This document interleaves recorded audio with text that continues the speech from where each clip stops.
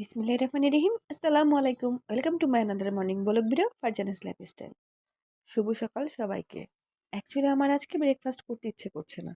তাই ভাবলাম আমি যে সকালে যে মর্নিং ড্রিঙ্কটা করি সেটাই আপনাদের সাথে শেয়ার করি। এটা হচ্ছে একটা সিড মিক্স। এটা আমার ছোট বোন অনলাইন থেকে এনে দিয়েছে আমাকে। এটা নাকি অনেক উপকারিতা।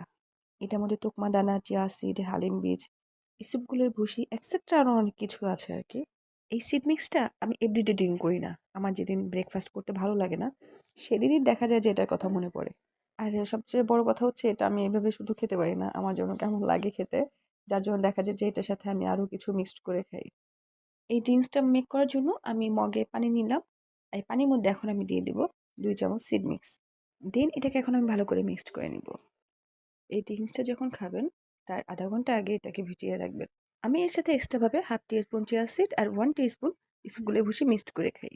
দেন এটাকে আবারও ভালো করে মিক্সড করে এটাকে একটু সাইডে রেখে দিব রেস্টে। এর মধ্যে সব দানাগুলো ফুলে ফেঁপে উঠবে আর এই ড্রিঙ্কসটা খেতে অনেক সফট লাগবে। এবার হচ্ছে আমি এটাকে কেটে নিব। দেন এর মধ্যে হচ্ছে রক সল্ট আর ব্ল্যাক পেপার ইউজ করব। এই তো রেডি হয়ে গেল আমার আজকের ব্রেকফাস্টটি।